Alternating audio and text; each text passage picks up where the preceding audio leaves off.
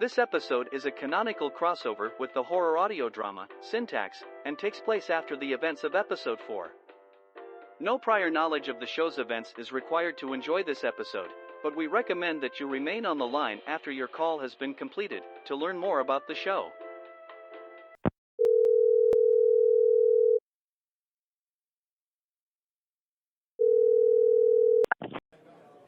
Thank you for calling the Supernatural Protection Company customer service line. May I have your name, pronouns, and policy number? Oh my god. Someone actually picked up. What? For real? That's surprising and terrifying. Yeah, my name is Cassius. Just Cassius. Pronouns are they, them, and... Do you even have a policy number? Wait, I've got it right here. Okay, it's 193. Why did I bold this? Ampersand 17, 104. I do have the policy pulled up, but I'm sorry, the name you provided does not match the information on it. Is the policy holder there with you? Oh, that's right. It's your policy, Lizzie. Do you wanna... I think I'd rather not. You're better at this than I am. Yes, the policyholder is here with me. I'm speaking for her. That's fine. If you could just confirm her full name? Oh yeah, it's Elizabeth Bellinger. You need me to spell that for you? No, that's quite all right. And how may I help you, Cassius? Well, I think I have a few questions first. Okay, the policyholder was gifted this policy before taking a job with VINCULA. Do you know who they are? Yes, we are aware of VINCULA. Cool. Uh-huh. What did they say? They said they know him.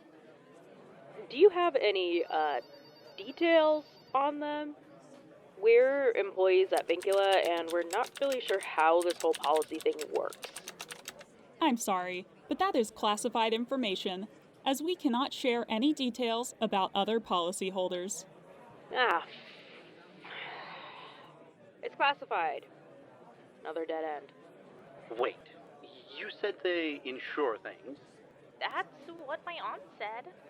All right. Let me try something. You want to talk to them? You can't lie your way out of a clear plastic bin, Silas. I don't need to lie. Be quick, guys. I don't know how long we have. Hello? Yes? This is Silas Caldwell. Pronouns he, him, speaking for Elizabeth Bellinger. I'm afraid there may have been some confusion. I'm here to make a claim about a destroyed recording device. I see. And was this device covered under the policy in question? Lizzie, did your aunt happen to mention what all was covered? I don't think so. Maybe. I may not have been paying very much attention. I just remember her saying it should help.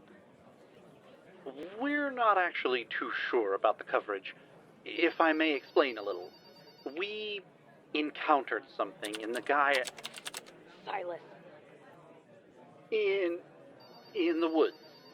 Yes, in the woods. We can confirm independently the entity in question was completely invisible. Our recorder was dropped from a great height and was destroyed in the process. Is that something that's covered? Was it dropped by said entity? Or rather, was it a direct result of an action taken by it? Direct result. One moment, please. Depending on the type of entity, Mix Bellinger does have coverage for damages to personal property. Can you provide more details as to the specifics of the situation? Certainly. We're VINCULA's exploration team. The Brinkers.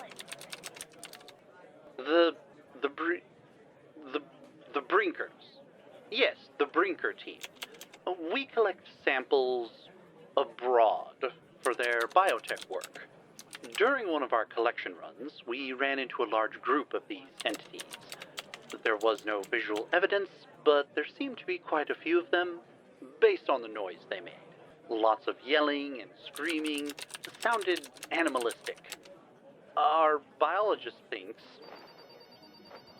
Yes, I am a trained biologist, and it's my scientific opinion that we had discovered some kind of creature, or cryptid, if you will, an invisible ape, actually. On company permission, we were able to locate the habitat of these creatures, and it was while exploring this habitat that our recorder suffered its incident. Are you gonna mention the horse bat? This story is unbelievable enough without the horse bat, Alex.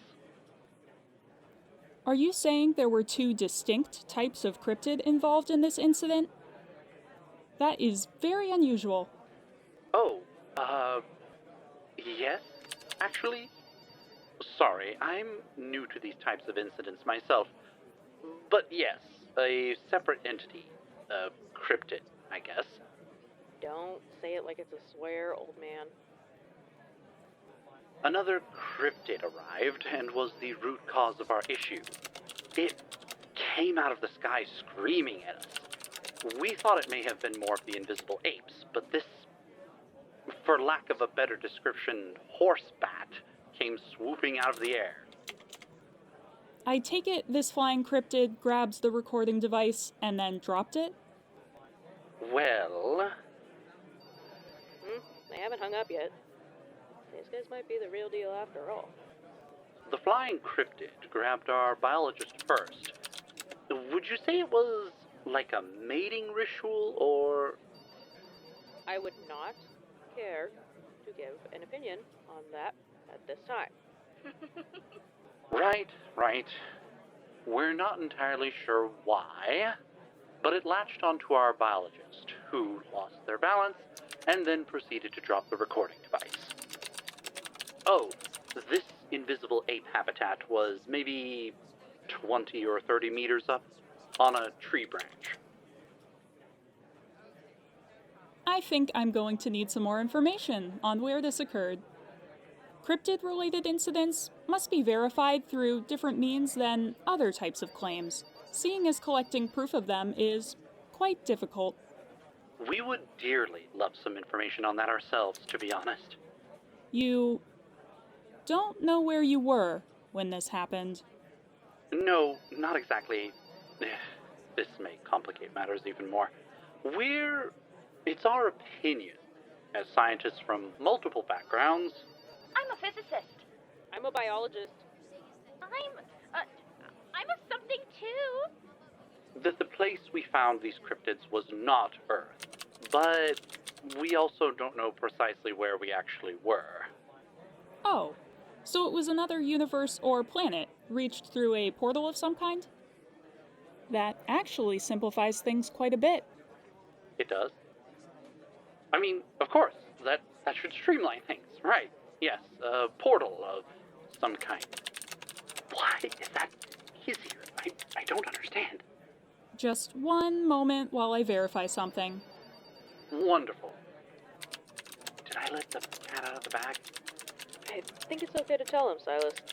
We're already going to be boiled alive if Bo finds out we made this call. Unfortunately, it does not seem that Mix Bellinger's policy is extended for coverage on alien worlds and/or alternate universes. Drat. While her policy is fairly extensive when it comes to the work of what I can only hazard a guess is a cryptozoologist, it does not appear that non-Earth-based species were considered at the time this policy was last updated. Your aunt must have missed a clause, Lizzie. Why? You're not covered for non-Earth-based species. Really? That seems like an oversight on your aunt's part. I guess that never crossed her mind. Of course, I didn't really know what I'd be doing either. Well, you're right. I suppose this does simplify matters tremendously. We were hoping to get something for the recorder. Yes, I'm very sorry we can't help you with this particular incident. if Mix Bellinger would like, we can update the policy to include this coverage. I take it there will be more trips to this place in the future, and this way you will at least have some amount of additional protection. Unfortunately, yes. Many trips are likely to happen, whether we like it or not. Lizzie, they want to know if you want to add the coverage. Oh, they'd probably have to take it up with my aunt. She's covering for me right now. I don't want her to get it if it's too extravagant, but it does seem like it would be useful. What are we even talking about at this point? We were hoping for the scoop on VINCULA, and now we can't even get a $20 mic covered? Right. I guess I'll just have to let my aunt know to update the policy. We need to hurry this up anyway. I don't know how much time we have after I triggered the alarm in the secure specimen storage. Are we allowed to ask anything about VINCULA? Let me try something else. It looks like we need to pursue additional coverage with the person who pays for the policy. That's completely fine. Just ask Mix Bellinger to give us a call when that's sorted. In the meantime, is there anything else I can help you with? Yes, actually. Do you happen to offer life insurance for said non-Earth entity incidents? As a matter of fact, we do. Would this be for a single person or group of people? Let's just say one, since I'm pretty sure only one of us is very underqualified for some of the things he's been coerced into doing. Life insurance? Really? Any one of these trips could easily be my last, and you know it. And I'll not go unprepared. Would you like to sign up for one after I'm done? Why was roof access unlocked? Wait, what are you all doing up here? You know this area is off limits. We've been had! Oh, hi, Miss Vo. We're just, Damn it, Silas, hang up! trying to catch our fares, you know? Another time, Stars perhaps. aren't really We might call you back. Salutations. Sit with us if you want. Well, okay then. To be honest, I'm not at all surprised by any of that, given VINCULA is involved. Ugh, that company, I swear.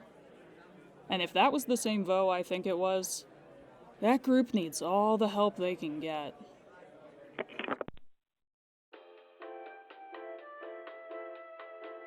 If you'd like to hear more about VINCULA and the Brinkers, listen to Syntax, a sci-fi horror podcast from Twin Strangers Productions, wherever you listen to podcasts.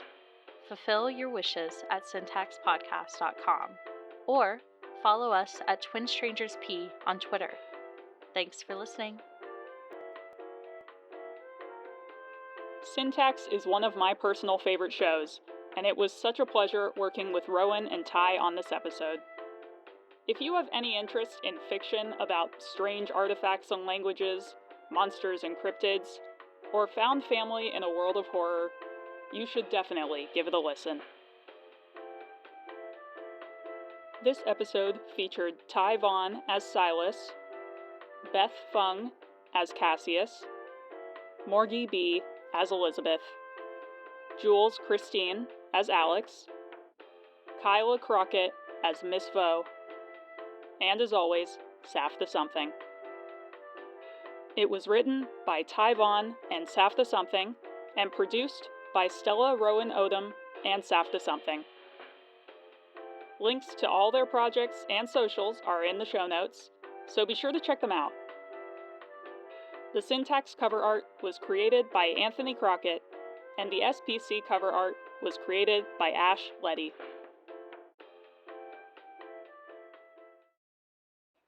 Oh, hi, Miss Vo. Good. It was a good start. Okay, for the first... I really felt like I did not say the T and don't at all, so I'm going to redo that line again for you. I apologize. Be quick, guys. I don't know how long we have. I didn't do it there either. I don't know. So how's everybody's evening going? Good. And how are the wife and kids? Great. Imagine being the agent. For whatever reason, this agent's like, why are there 6 people here?